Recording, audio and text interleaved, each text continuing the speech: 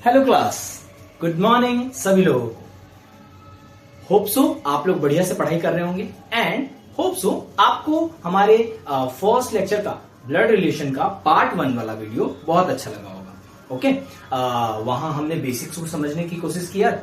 अब पार्ट 2 के इस वीडियो में मैं आपको एक क्वेश्चन समझाने वाला हूं यार, और उसके बाद एक क्वेश्चन एज अ होमवर्क देने वाला हूं। ये पार्ट 1 एंड पार्ट 2 क्या है सर, समझ लीजिए इसको थोड़ा सा। देखिए मैं ये कोशिश करने वाला हूं यार आपके लिए कि हम इन वीडियोस के थ्रू जितनी भी चीजें पढ़ रहे हैं, वीडियोस को लेंथ को ना थोड़ा छोटा रखेंगे। क्या बोलते हो आप? कमेंट्स में मुझे बताइएगा कि ये आइडिया परफेक्ट रहेगा या फिर मैं लॉन्ग वीडियोस भी प्रिपेयर करूं आपके लिए। ठीक है, सो वीडियोस को मैं शॉर्ट रखना चाहता हूं। दैट्स वाई मैं किसी भी टॉपिक की कुछ चीज को अगर समझाऊंगा आपको तो उसको ज्यादा से ज्यादा मैक्सिमम 15 मिनट के अंदर ही रखने का ट्राई करूंगा। वैसे तो मेरा प्लान है 10 मिनट्स करने का, बट हाँ अपन कोशिश करेंगे 15 मिनट से ज्यादा उसको ना ले।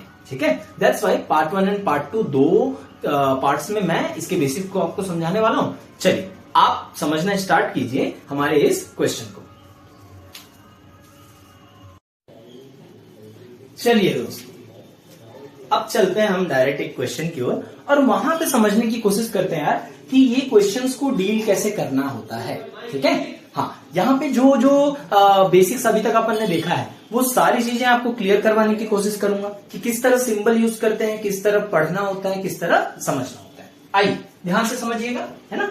एंड इस लेक्चर के एंड में मैं एक आपको क्वेश्चन भी दूंगा जिसको आपको घर में यूज करना, मतलब घर पे बनाना है। ठीक है, आ जाइए क्वेश्चन देखते हैं। ओके, हमेशा क्वेश्चन इस तरह के स्टेटमेंट फॉर्मेट में ही देता है आपको। ठीक है, आपको क्या करना है ध्यान से सुनिएगा। सबसे पहली चीज आपको लाइन टू लाइन चलना है, आपको लाइन टू लाइन चलना है। एंड सेकेंड चीज रिलेशन स्टैब्लिश करना है। रिपीट कीजिए एक बार खुद से, लाइन टू लाइन चलना है एंड रिलेशन स्टैब्लिश करना है। देखिए किस तरह से। देखो फर्स्ट लाइन क्या बोला है, ए इज सिस्टर ऑफ बी। क्या बोल रहा है, ए इज सिस्टर ऑफ बी। याद कीजिए सिंबल क्या था अपना, सिंगल लाइन। याद है आपको, सिबलिंग्स के लिए सिंगल लाइन। चलिए उसको पुटअप करते हैं। सो देखो इसका मतलब क्या है, ए इज सिस्टर ऑफ बी। यहां मीनिंग समझना भी जरूरी है। ए जो है बी की सिस्टर है।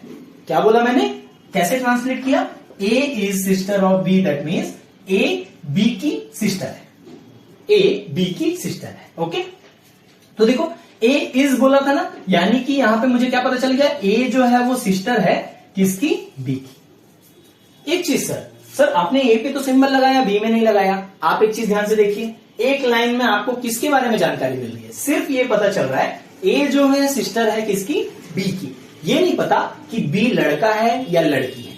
यहां से एक अंडरस्टैंडिंग क्या समझ आई सर, एक चीज मुझे समझ आया कि हमेशा एक लाइन में कितने रिलेशन पता चलेंगे, एक स्टेटमेंट में कितने रिलेशन पता चलेंगे, हमेशा एक रिलेशन में एक सिंगल स्टेटमेंट में एक ही जेंडर पता चलेगा, एक ही रिलेशन पता चलेगा। ठीक है, आप दोनों के बारे में नहीं गैस कर सकते, आपको एक लाइन से सिर्फ समझना है, एक के बारे में ही बताया है। क्लियर है यहां तक चीजें? ओके चलिए, सो देखो कैसे मैंने सिंबल बनाया, ए सिस्टर ऑफ बी, यानी कि ए जो है बी की क्या है, सिस्टर है।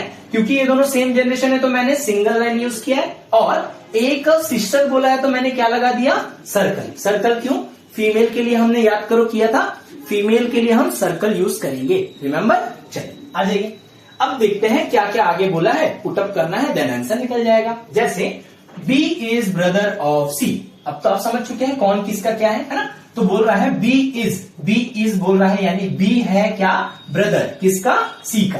तो बी अब पता चल गया जेंडर आपको, यस बी जो है ब्रदर है किसका, सी का।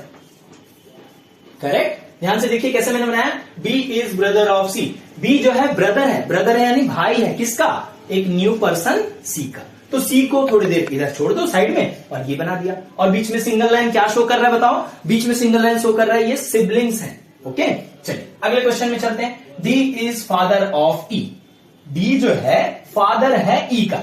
एक चीज बताओ, यहां पे डी और ई कहीं पे दिया है क्या, नहीं दिख रहा है मुझे। करेक्ट बात है, तो डी और ई वाले रिलेशन को थोड़ी देर के लिए छोड़ देते हैं। ठीक है, इस सिंगल लाइन को थोड़ी देर के लिए छोड़ दो, आगे खोजो वहां से कनेक्ट होते हुए कोई बता रहा है क्या। जैसे मुझे यहां दिख गया ई इज सन ऑफ सी। ई जो है क्या है, सन है किसका, सी का। ये देखिए यहां पे सी है, ई उसका क्या है, सन यानी कि बेटा। तो आपको मैंने बताया था, याद करो, लोअर जनरेशन के लिए हम कौन सा यूज करेंगे, नीचे वाला एरो, है ना।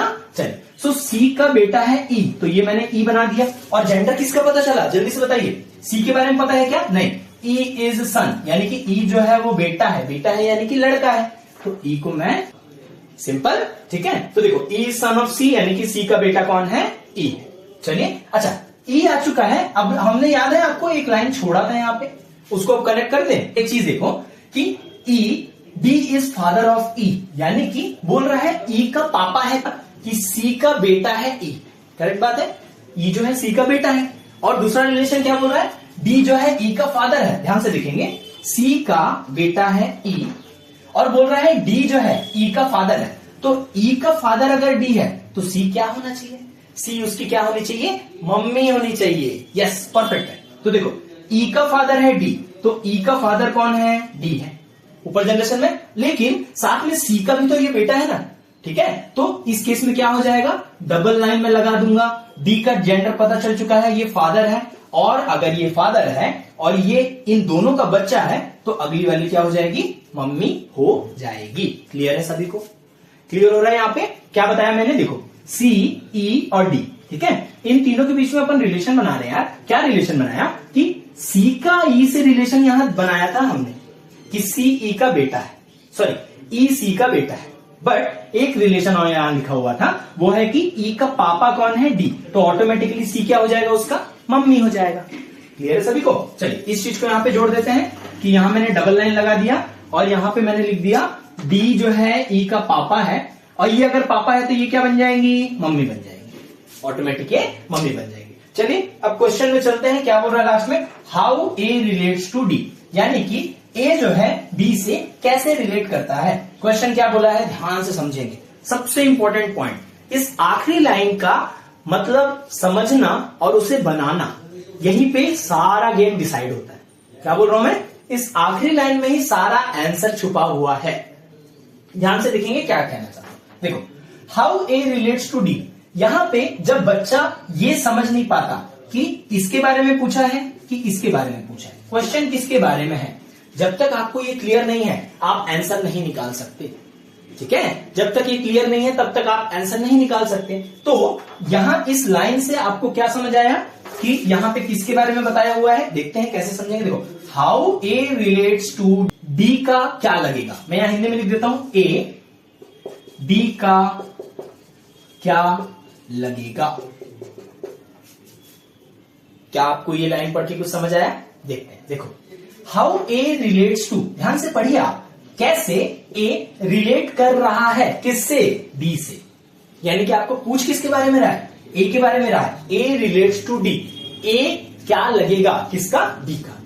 सर बहुत कंफ्यूजन हो रहा है, आसान तरीका बताता हूं समझने का। देखो, जब भी ऐसा लास्ट लाइन में, हमेशा लास्ट लाइन में दोस्तों यही लाइन लिखा होगा, क्या, how A relates to D, how B relates to C, how L relates to M, हमेशा यही लिखा रहेगा, ठीक है। तो इसमें आप एक छोटा सा ट्रिक मेरी तरफ से ध्यान रख सकते हैं। क्या, जब भी आप देखोगे टू जहां पे लगा है, टू जहां पे लगा है, और ध्यान से देखेंगे टू के पीछे कोई ना कोई पर्सन रखा होगा, टू जहां पे लगा है उसके पास वाले के बारे में नहीं बताना है।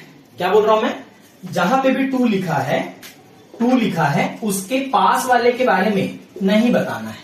तो सर किसके बारे में बताना है, दूर वाले के बारे में, दूर वाले के बारे में। क्या ये ट्रिक आपको ध्यान आया, क्या ये ट्रिक आपको समझ आ रही है, क्या कहना चाह रहा हूं मैं। देखो, यहां इस लाइन को ध्यान से देखो, एक बंदा टू के पास खड़ा है, दूसरा बंदा टू से थोड़ा दूर है ना, थोड़ा दूर है, तो हमेशा क्वेश्चन किसके बारे में पूछता है, दूर वाले के बारे में।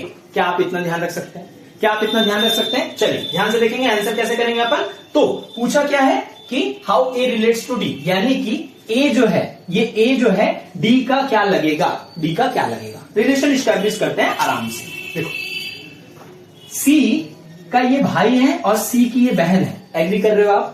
देखो, इन तीनों में अपन ने लाइन बनाया, कौन सा, सिंगल लाइन बनाया।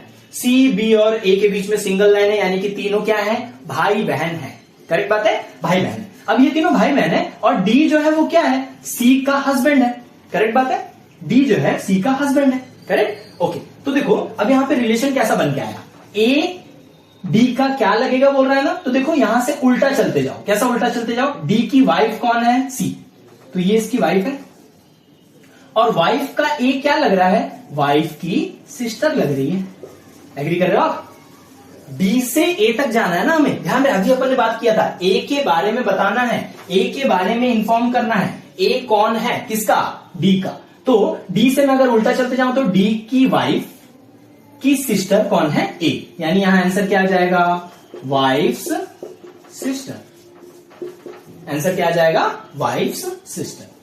मैं आपको आगे आने वाले लेक्चर्स में क्वेश्चन में बताऊंगा कि यहां पे वो ननंद है ना, भाभी, वो वाला रिलेशन नहीं चलता है, ठीक है। यहां पे चलता है या brother in law, sister in law, wife sister, brother's wife, तो इस तरह के रिलेशन चलते हैं। ये सारी चीजें मैं आने वाले लेक्चर्स में आपको बताते जाऊंगा। अभी आप सिर्फ इस एग्जाम्पल को समझ के चलिए। क्लियर है सभी को? Hope so. यहां से आपको क्या सीखने मिला होगा? मैं बिल्कुल नहीं बोल रहा कि 100% समझ आया आपको, ठीक है। मैं अगर 10% भी माइंड में गया है मेरे लिए बहुत है, ठीक है। बेसिक क्वेश्चन, फर्स्ट क्वेश्चन है, यहां से अपन ने क्या क्या समझा है पहले ध्यान से देखेंगे। सबसे पहली चीज है, हमने यहां पे सीखा दोस्तों ट्रांसलेट करना। उसके बाद हमने सीखा सिंबल कैसे बनाते हैं।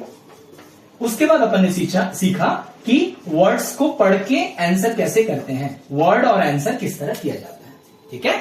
तो इसको फॉलो करते हुए एक क्वेश्चन आपको होमवर्क देता हूं, आप ट्राई कीजिएगा उसे अपने घर में। आपके लिए होमवर्क क्वेश्चन रेडी है यार। ये क्वेश्चन मैंने एक छोटा सा क्वेश्चन दिया हुआ है, बहुत सिंपल सा है। जैसा बेसिक अपन ने फॉलो किया है उसको फॉलो करते हुए आप बनाएंगे तो इजीली आप इसको बना देंगे, ठीक है। ऑप्शंस में इसके लिख देता हूं यार। हाँ, देखिए ये आपका क्वेश्चन है जिसको आप लोग घर पे ट्राई कीजिएगा इन बेसिक को फॉलो करते हुए। एंड ये आपके 4 ऑप्शंस मैंने दिए हुए हैं।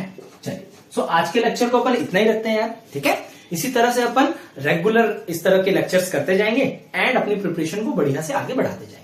आप लोगों से रिक्वेस्ट रहेगा कि आप लोग चैनल को प्यार देते जाइए अपना, ठीक है। लोगों से शेयर करते जाइए, ग्रुप्स में, फ्रेंड्स में आप शेयर कीजिए, है ना। और सबको इन्फॉर्म कीजिए कि हाँ यार, यहाँ पे अपन बहुत बेसिक से पढ़ने वाले हैं, बड़े डिटेल में पढ़ेंगे यार। एंड छोटे छोटे वीडियोस के जरिए हम अपना पूरा प्रिपरेशन को बूस्टअप करने की कोशिश करने वाले हैं। ओके, चलिए, थैंक यू सभी को। एंड आप लोग मिलते हैं अपन अपनी नेक्स्ट क्लास में यार।